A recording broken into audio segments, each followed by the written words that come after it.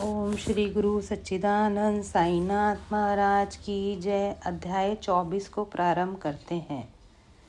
प्राय सभी लोगों को हास्य प्रिय होता है, परंतु स्वयं हास्य का पात्र कोई नहीं बनना चाहता। इस विषय में बाबा की पद्धति भी विचित्र थी।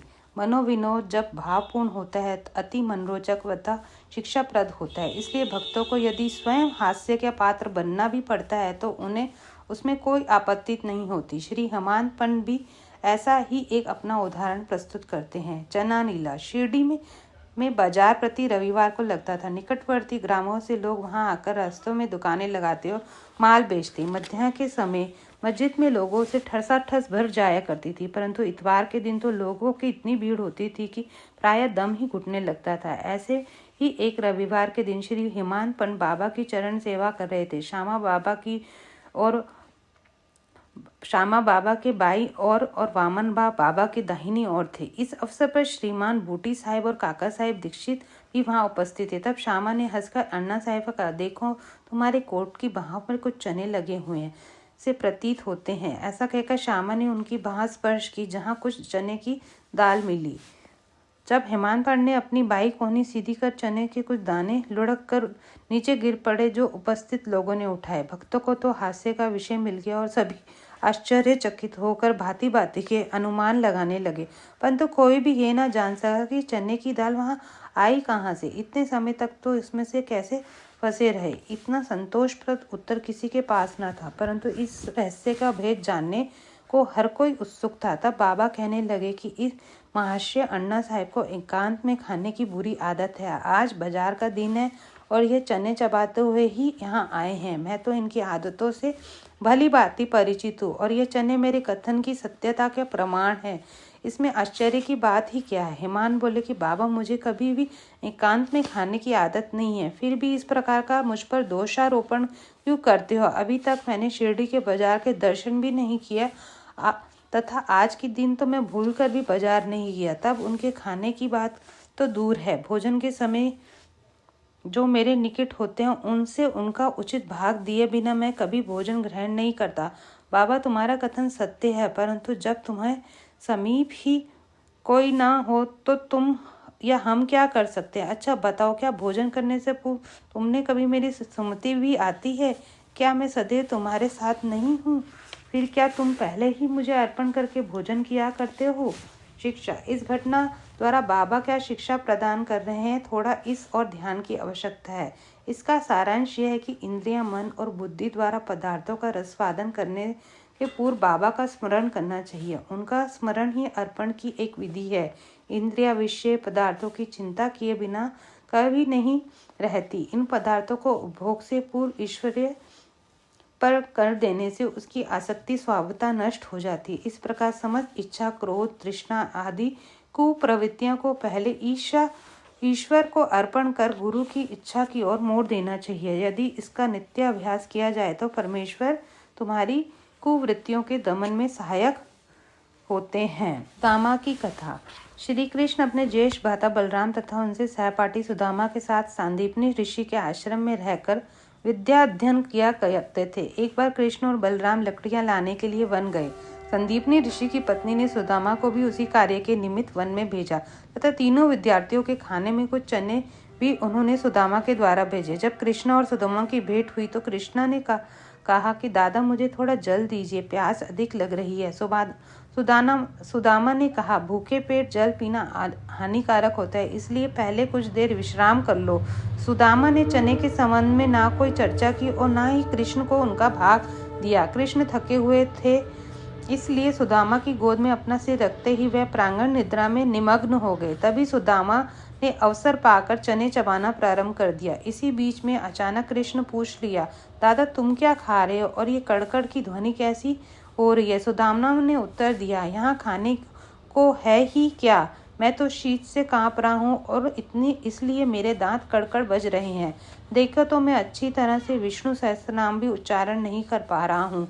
यह सुनकर अंतर्यामी कृष्ण ने कहा, दादा, मैं अभी स्वप्न में देखा है कि एक व्यक्ति दूसरे की वस्तुएं खा रहा है। जब उससे इस विषय में प्रश्न किया गया तो उससे पूछा गया कि मैं खाक मतलब धूल खा रहा हूँ तथा प्रश्नकर्ता ने कहा कि ऐसा ही हो तथा दादा, यह केवल स्वप्न था। मुझे तो ज्ञात था कि तुम मेरे बिना अन्न का दाना भी नहीं ग्रहण कर सकते, परंतु श्रम के से वशीभूत होकर मैं तुमसे ऐसा प्रश्न किया। यदि सुदामा किंचित मात्र भी श्री कृष्ण की सर्वज्ञता से परिचित होते तो वह इस भांति का आचरण कभी ना करते। श्री कृष्ण के लंगोटिया मित्र होते हुए भी सुदामा को अपना शेष जीवन दरिद्रता में व्यतीत करना पड़ा, परंतु केवल एक मुट्ठी रूखे चावल तो उनकी स्त्री सुशीला ने अत्यंत परिश्रम से उपार्जित किए थे। भेंट करने पर श्री कृष्ण बहुत प्रसन्न हुए थे और उन्होंने उसके बदले स्वर्ण नगरी प्रदान की थी। जो दूसरों को दिए बिना एकांत में खाते हैं,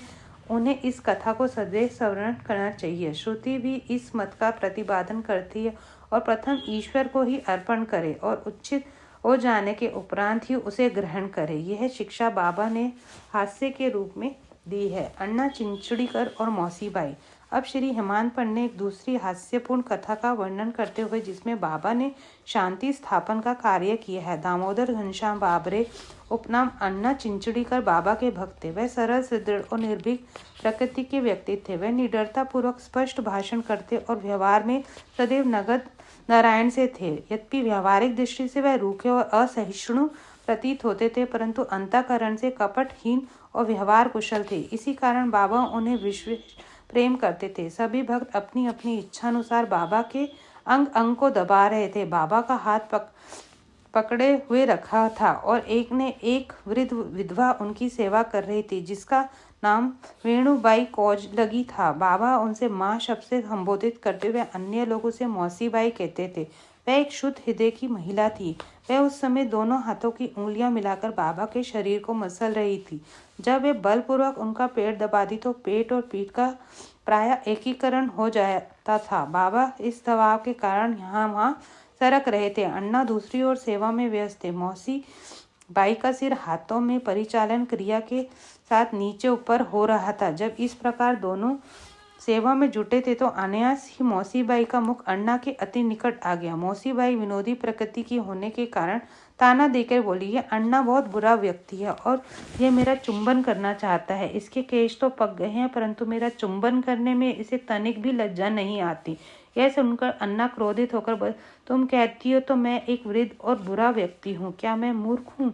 तुम खुद ही छेड़खानी करके मुझे झगड़ा कर रही हो। यहाँ उपस्थित सब लोग इस विवाद का आनंद ले रहे थे। बाबा का स्नेह तो दोनों पर था, इसलिए उन्होंने कुशलता पूर्वक विवाद का निपटारा कर दिया। वह प्रेम पूर्वक बोले, अरे अन्ना, व्यर्थ ही क्यों झगड़ रही हो? मेरी समझ नहीं आता कि माँ का चुंबन करने से दोष ही क्या है। बाबा के इन शब्दों को सुनकर दोनों शांत हो गए और उपस्थित लोग जी भरकर ठहाका मारकर विनोद का आनंद लेने लगे। बाबा की भक्त परायणता। बाबा भक्तों की उनकी इच्छानुसारी सेवा करने दिया करते थे और इस विषय में किसी प्रकार का हस्तक्षेप उन्हें सहन न था।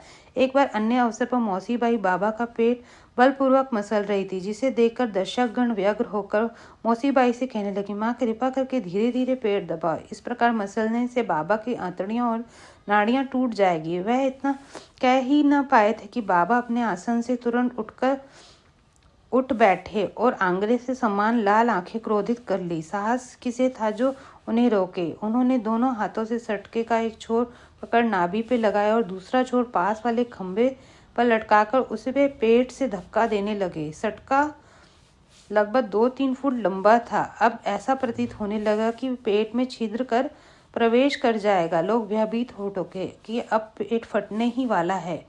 अब बाबा अपने स्थान पर दृढ़ होकर उसके अत्यंत समीप होते जा रहे थे और प्रतिक्षण पेट फटने की आशंका ही हो रही थी। इसकी कर्तव्य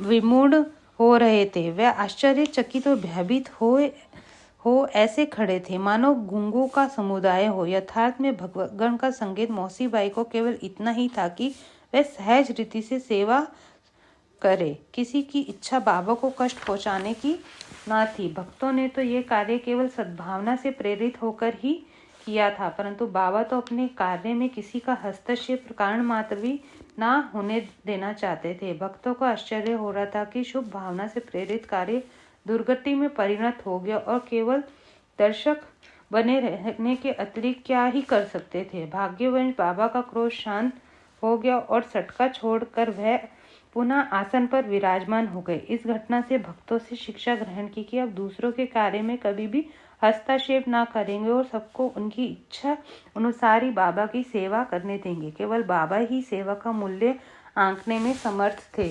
ओम श्री गुरु सच्चिदानंद साईनाथ महाराज की जय।